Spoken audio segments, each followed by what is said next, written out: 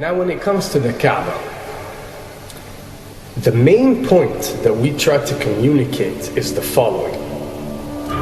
In Islam or in the Quran, God teaches that if all mankind and if all the jinn combine to sin and move away from God, then God doesn't lose one atom's worth of His kingdom.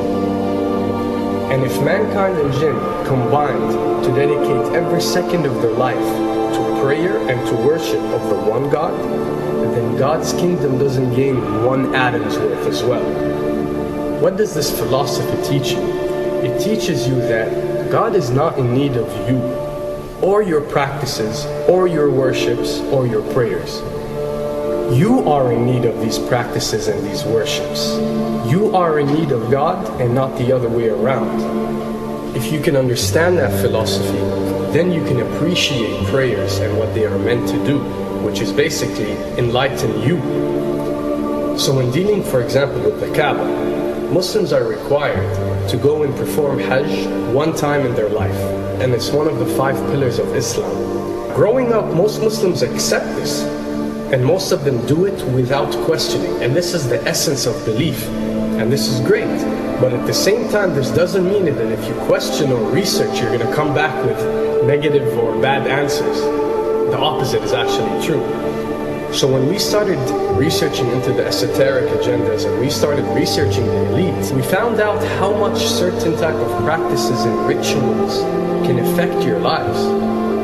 So when we went and placed this on Islam, we developed an even deeper respect for this religion and a far deeper respect for God and the creator of us. So when you go to the Kaaba and you circle around it 7 times, the essence of this worship is not that you are worshipping a stone, or that you are worshipping a house, or that you are worshipping a Kaaba. The Kaaba is merely the focal point or the centerpiece that all Muslims have to unite and focus their energy and prayers towards in a practice that is actually worshipping God.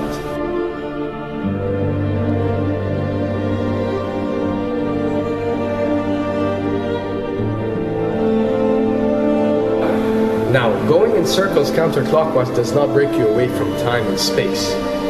But the fact that the energy of the Kaaba is the strongest energy on earth and it flows counterclockwise, by you flowing in correlation with this energy, you are uplifting yourself.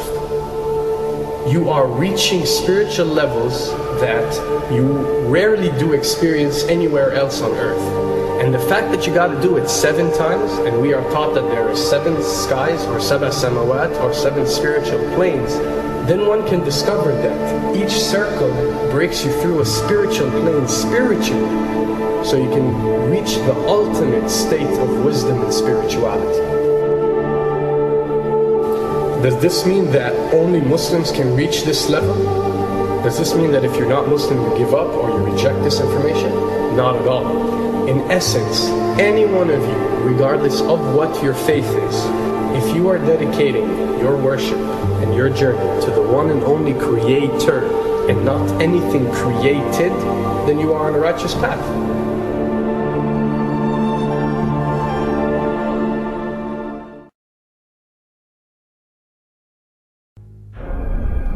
To begin with, the significance of 911. What you have to understand, and what we are trying to explain, is that when dealing with extra dimensions, or when dealing with beings from extra dimensions like jinn, for example, or when dealing with the Illuminati, or the elite, or people that follow a certain type of esoteric agendas, although me and you communicate through words and letters, they have chosen a different type of language. And this is a cross-boundary type of language. This is a language that goes across the boundaries, understood by all. And this is the language of numbers and shapes. And this is why whenever you do research about these groups, you'll find out that they practice something called sacred numerology and sacred geometry. What does this mean? It means that each number is given a meaning. Each shape is given a meaning. A meaning is communicated whenever a shape is presented or a number is presented by these specific groups. I'm not talking about random people or random groups. We're talking about specific groups that follow this type of agenda.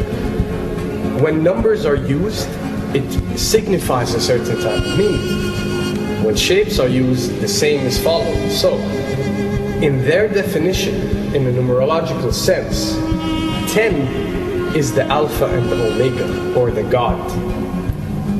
11 is a step above God.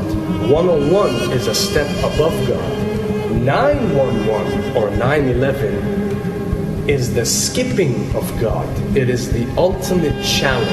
It is going from number 9, which has a specific meaning, to number 11 without going through 10. It's skipping God. So it's no coincidence that this event that we call 911 today took place on 911. It is the ultimate challenge. So now that we understood what 911 means, what other practice do we do that deals with 911? Calling a number whenever you are in an emergency. Now, creating an institution that helps people whenever they are in need of help and whenever they are experiencing an emergency is fine. There's nothing against it. There's no religion, there's no logical person on earth that will tell you this is wrong. But when you understand how sinister that these elite are and the way they work on a level that's way beyond what you think.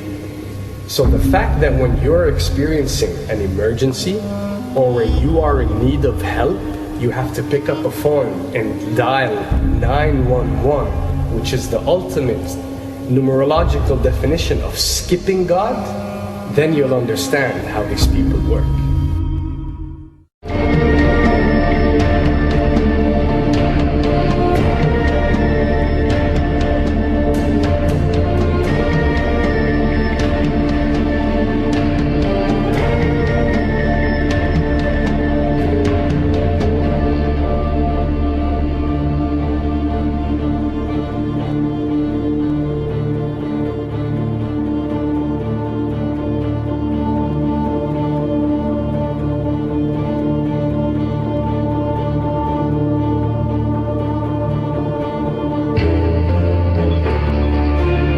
And when dealing with rituals, you recognize that everything adds up. For something to be a ritual, everything has to be in place, everything has to be perfect. And my advice is if you want to recognize that something is satanic, it has to add up in all sense. The numbers have to add up, the shapes have to add up, the event has to add up, it has to have one general meaning. The pieces of the puzzle fit perfectly. That's when you recognize when something is ritualistic or satanic.